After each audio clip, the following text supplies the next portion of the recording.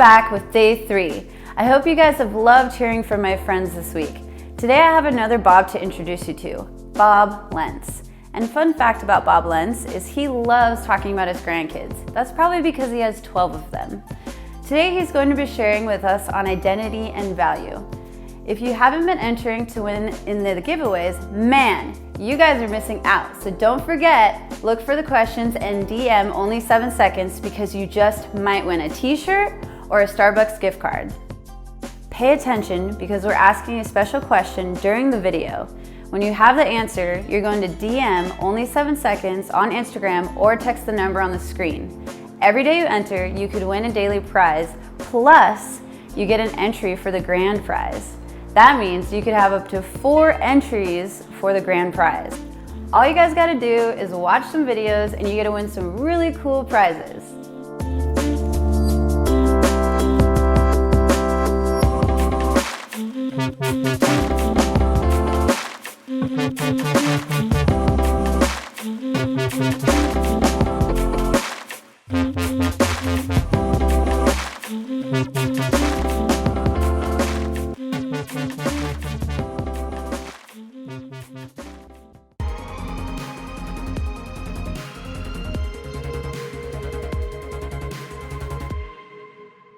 Hey, good morning. Is it morning? I don't even know. It's just really good to be with you. Well, I know we're not together, but this is the best we can do with this situation, right? So I hope things are going okay with you doing school online and on video and the best we can do. I wish we were at your school. I wish we were in your auditorium or in your gymnasium sitting there and just having a good time, but the best we can do. So I'm Bob Lenz. It's good to be with you. And you know, just even here, they tell me that cameras put on 10 pounds. And I know when I walk into the room, girls don't go, wow, look at that. I mean, when I walk in the room, they go, wow, what is that?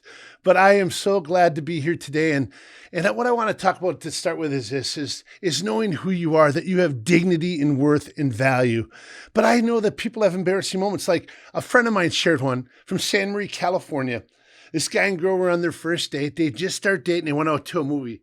Remember the days you could actually go to a movie and not just watch online? But they went to this movie and it was their first date and they were kind of nervous. So don't worry, teachers that are watching, it was a good movie, rated G, Bambi, Part 3.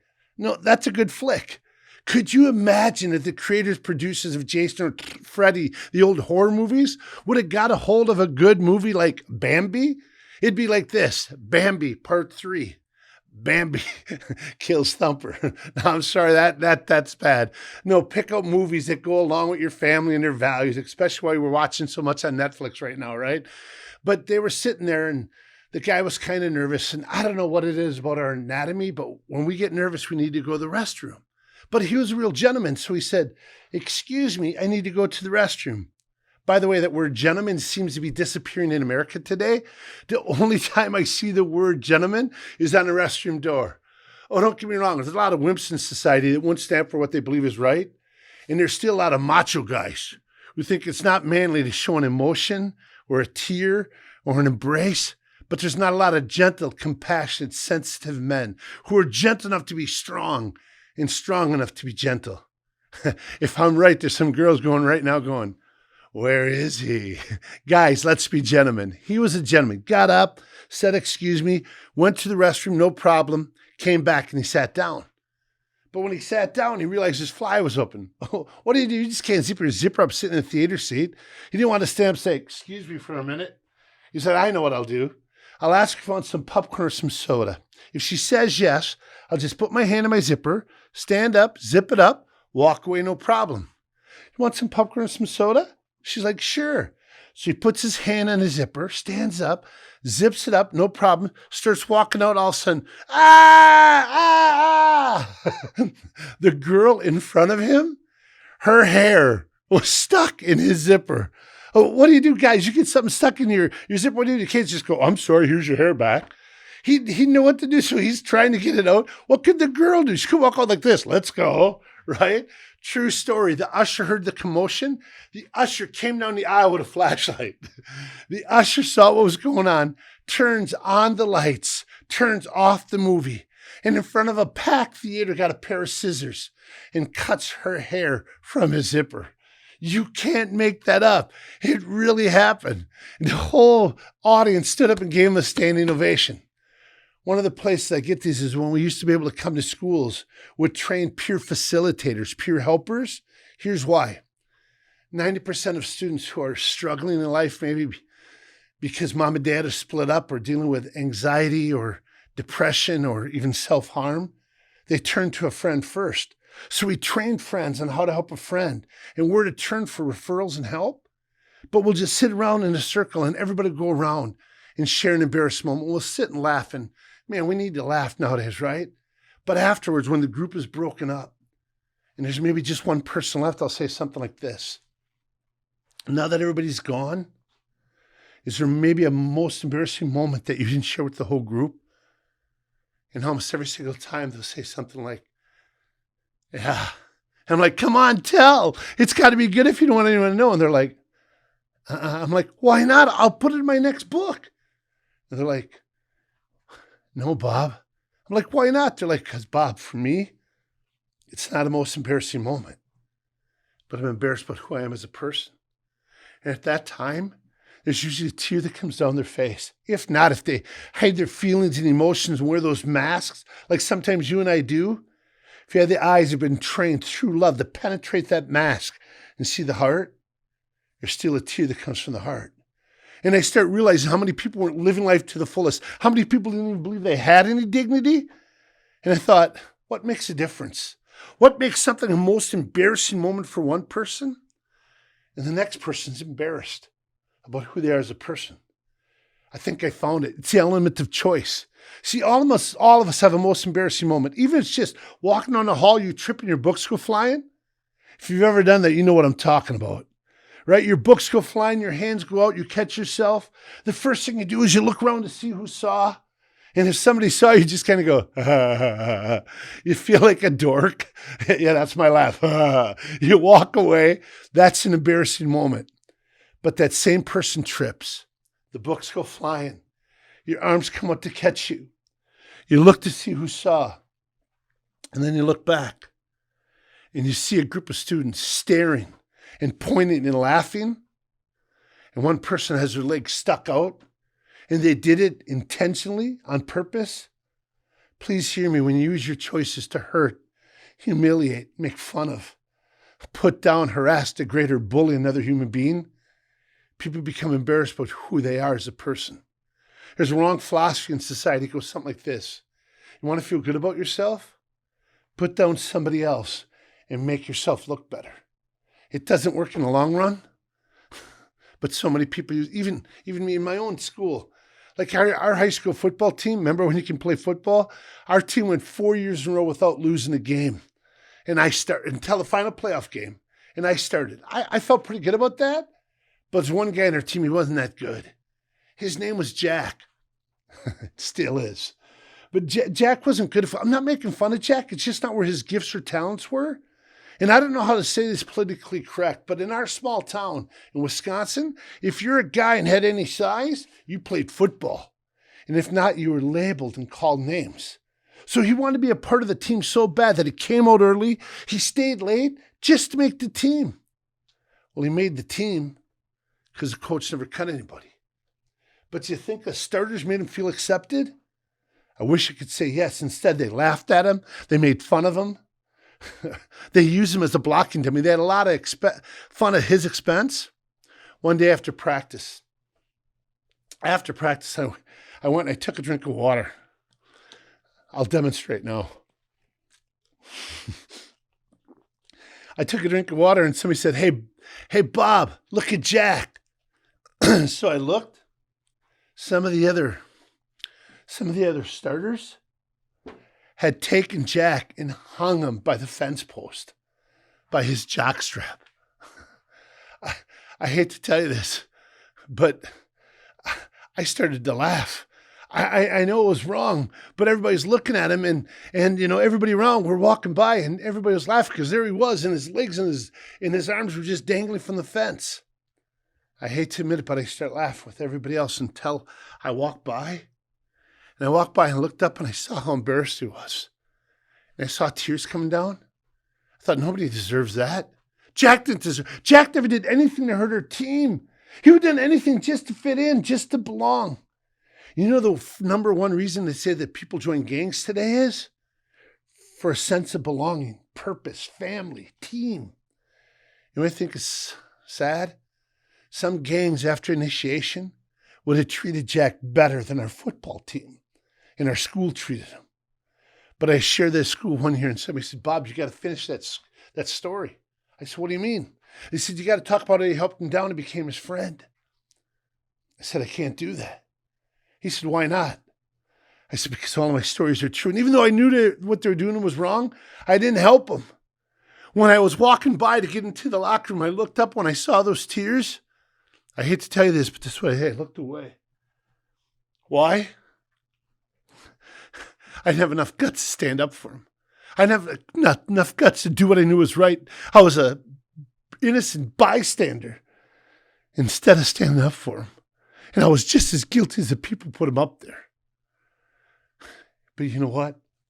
That's why I'm here today. I'm not here to tell you what to do or what not to do. Why didn't I help him? Who did I say put him up there? Some of the other starters, right? The guys I wanted to be like. The guys I wanted to be in with. See, even if you don't like this talk today, you got to know one thing. I'm honest. I know what kind of guy that I am.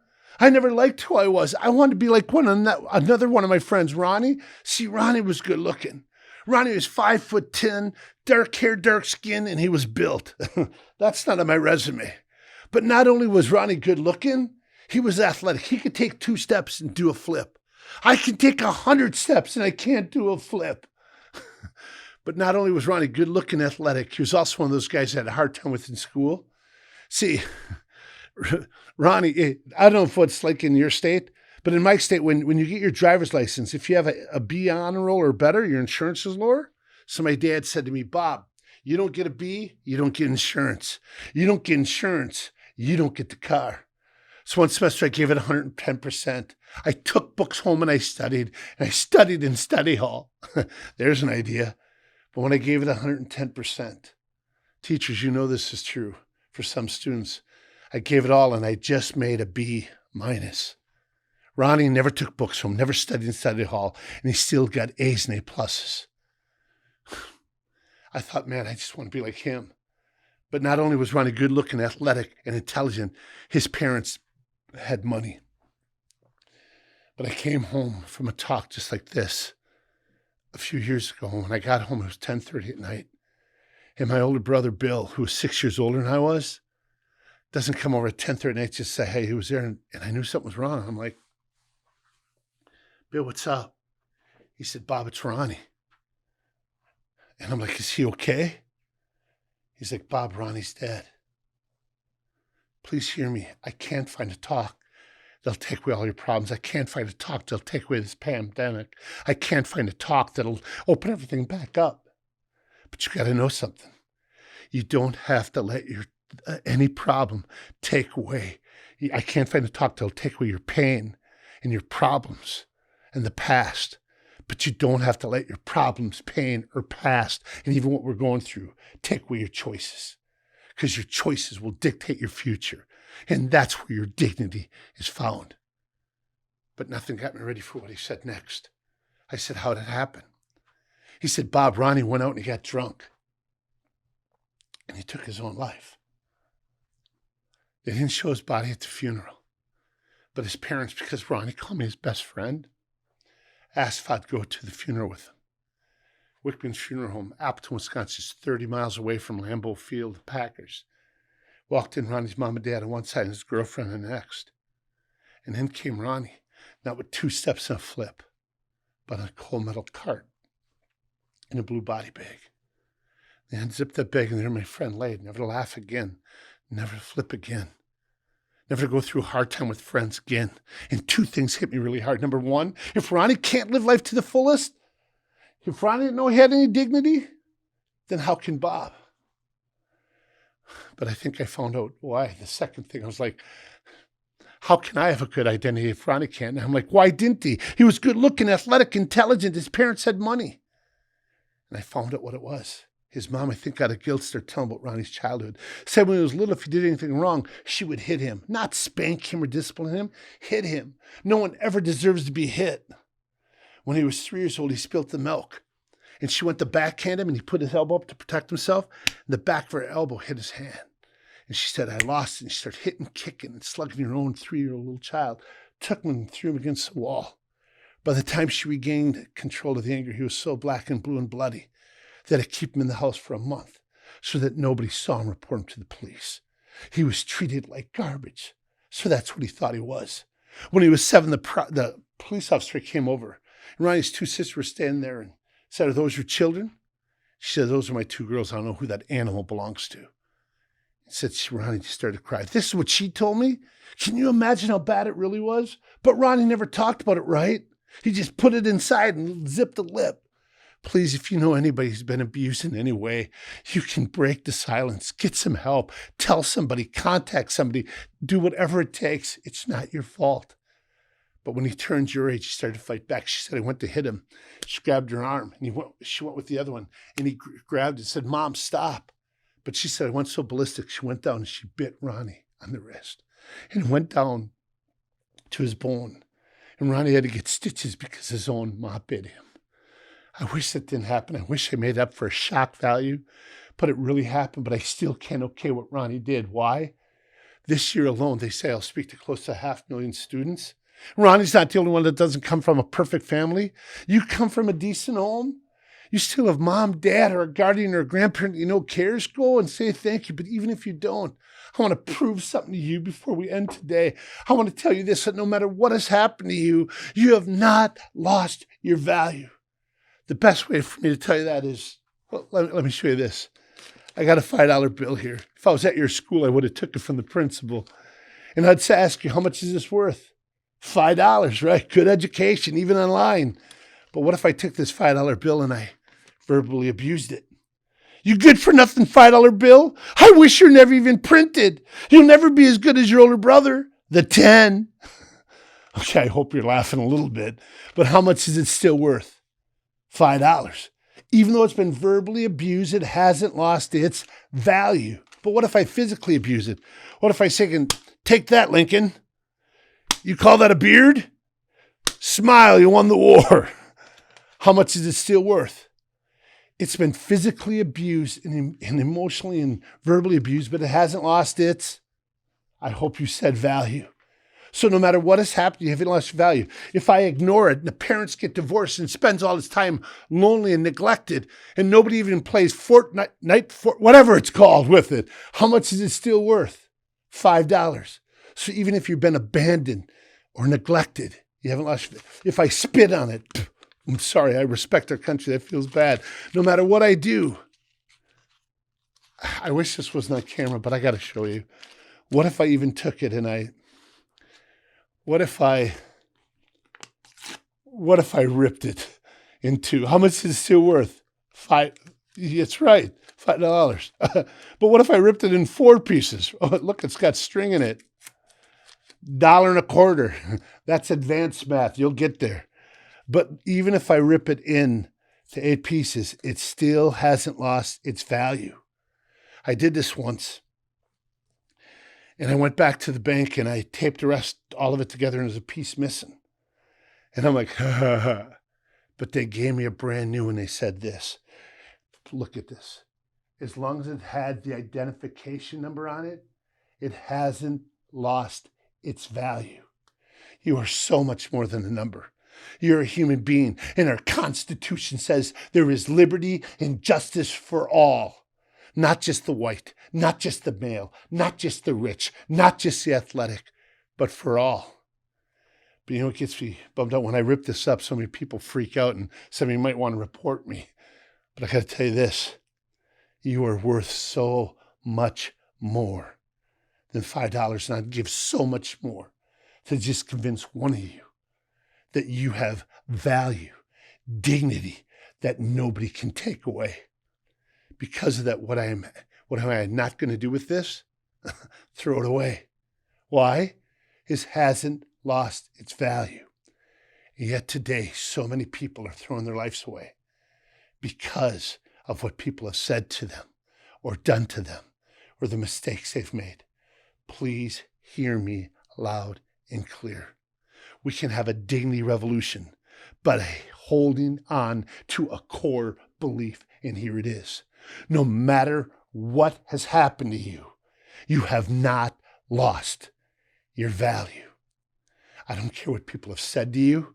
I don't care what people have done to you. I don't care what they put on the internet about you. I don't care what mistakes you've made. I don't care how good or how bad your family is. I don't care what has happened. You gotta know this. You have not lost your value. I did this with a student down in Indiana, and he had just come to the U.S. from Pakistan. He said, we came here for the freedoms. He came legally. But this is what he said. People beat me because of my color of my skin. They call me a terrorist. Please hear me. I looked at him and said, no matter what people have done to you, you have not lost your value. Don't throw your life away. And I gave him that $5 bill. Please hear me today. No matter what people have said, no matter what they've done to you, no matter how you've been treated, they can't take away your value. Dignity for all. I'm asking you to go to dignitypledge.com, dignitypledge.com, and take the pledge today. It's been great being with